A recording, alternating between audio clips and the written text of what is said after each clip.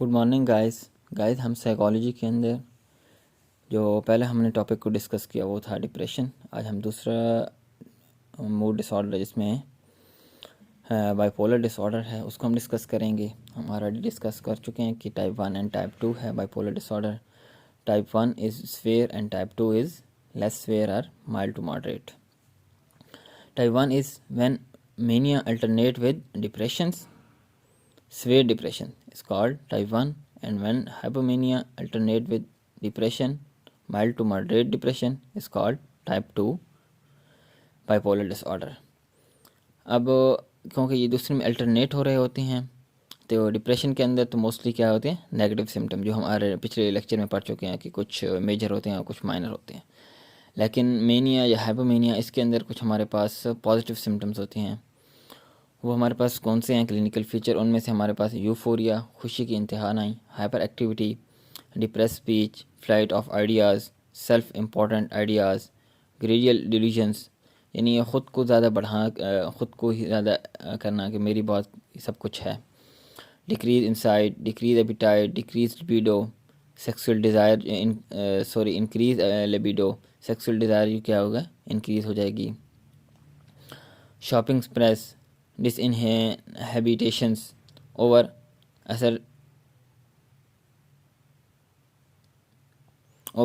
assertiveness, जो मैं कह रहा हूँ कि वही ठीक है। इस तरह फर्स्ट रैंक सिम्टम्स उसके अंदर हमारे पास आ जाते हैं जो कि पॉजिटिव सिम्टम्स हैं। हेलुसिनेशन हो सकती है, डिल्यूजन हो सकती है, शिज़ोफ्रेनिया हो सकती है। यहाँ पर शिज़ोफ्रेनिया कौन सी होगी? मैनिक शिज़ोफ्रेनिया, क्योंकि मैनिया और हाइपोमेनिया के अंदर ये हमारे पास पॉजिटिव सिम्टम्स आ रहे हैं।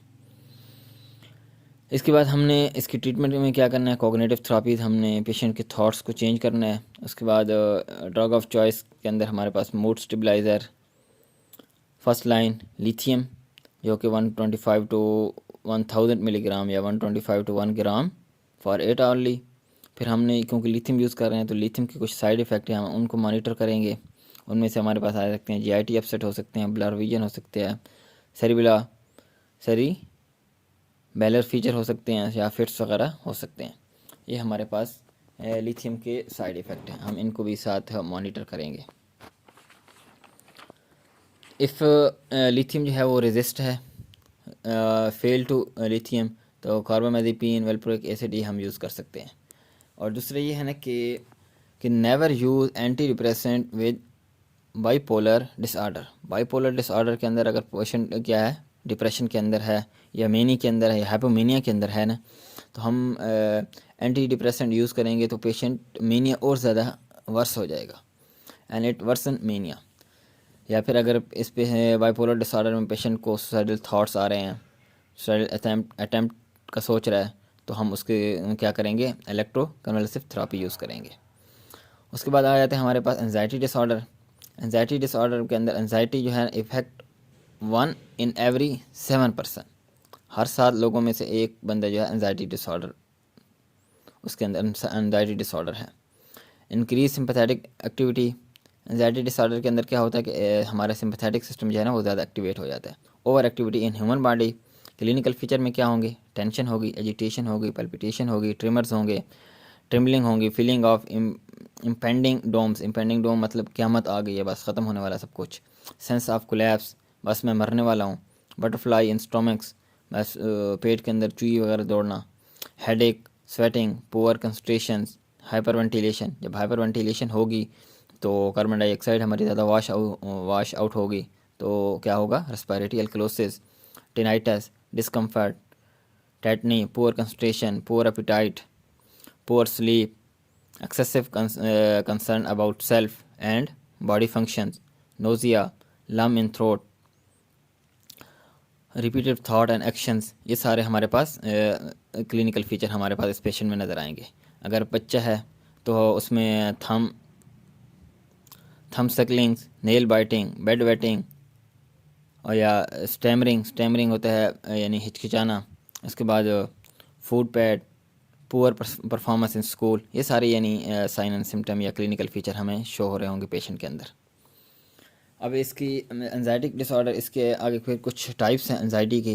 जनरलाइज एंजाइटी डिसऑर्डर, इसके अंदर ये होगा कि continuous anxiety for 24 hour, non stop anxiety, panic attack episodic हो सकते हैं फॉर फ्यू टाइम या कुछ टाइम के लिए हो सकते हैं। फिर आ जाते हैं फोबिक डिसऑर्डर, ये भी हमारे एनजाइटी के अंदर ही आते हैं। इन स्पेशल सिचुएशंस, फोबिक डिसऑर्डर जो है ना क्या होंगे, कोई ख़ास सिचुएशन है उसमें हो सकते हैं फोबिक डिसऑर्डर। लाइक अगर सिंपल हैं तो डॉग फोबिया हो सकता है, हाइट फोबिया हो सकता है, सेक्सुअल फोबिया हो सकता है। स्पेशल होंगे तो सोशलाइज नहीं होगा, उसको पब्लिक एरिया से डर लगता होगा, इसको हम क्या नाम देंगे, अगोरा फोबिया। अगर उसको क्लोज स्पेस से डर लग रहा है तो इसको हम क्लॉस्ट्रोफोबिया का नाम देते हैं। या फिर अगर उसको स्पाइडर से डर लग रहा है तो उसको हम नाम देंगे एरेचनोफोबिया। फिर अगर उसको 13 हिस्से से या 3 वाले हिस्से कहीं भी कोई 3 उसको नज़र आता है तो उससे अगर उसको डर हो तो उसका हम नाम देंगे ट्राइस्काइडोफोबिया।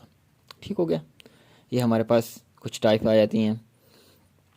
फिर इसके बाद हमारे पास ऑब्सेसिव कंपल्सिव डिसऑर्डर हो सकते हैं, जिसमें patient repeated thought and action होगा, like repeated hand wash after shaking hand, या फिर बार बार दरवाज़ा खोलेगा, बंद करेगा, बार बार बाहर जाके अपनी बाइक देखेगा, जो कि पाकिस्तान में तो ठीक है लेकिन एक किस्म का वो अगर दूसरी कंट्रीज़ में है तो वहाँ डिजीज़ है एक।